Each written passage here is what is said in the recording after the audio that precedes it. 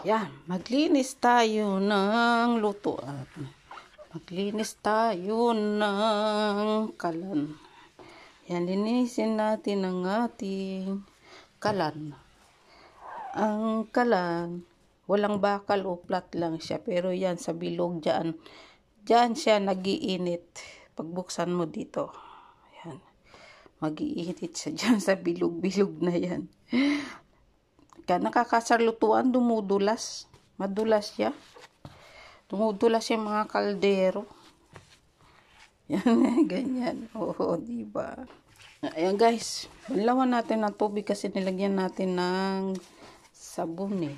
Yung sabon na Beam. Ayan. Yan. Dandahan. Yan. Yan, tapos banlawan natin ng tubig. Banlawan natin ng tubig. Tubig. Banlawan natin ng tubig. Mainit. Lagyan natin sa malamig. Yan. Patuyuin natin yan.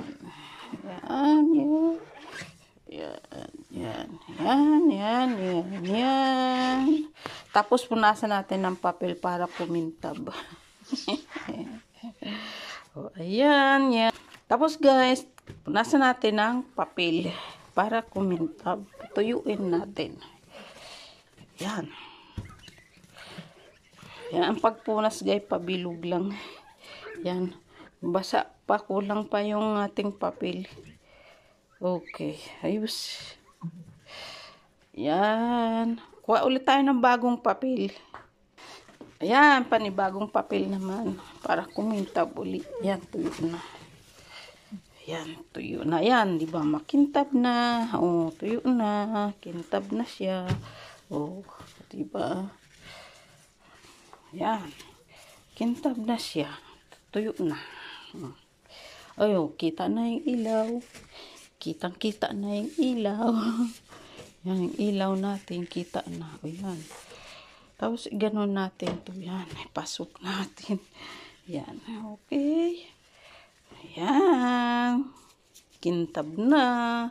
O, yan. Ganon natin, guys. Ayan.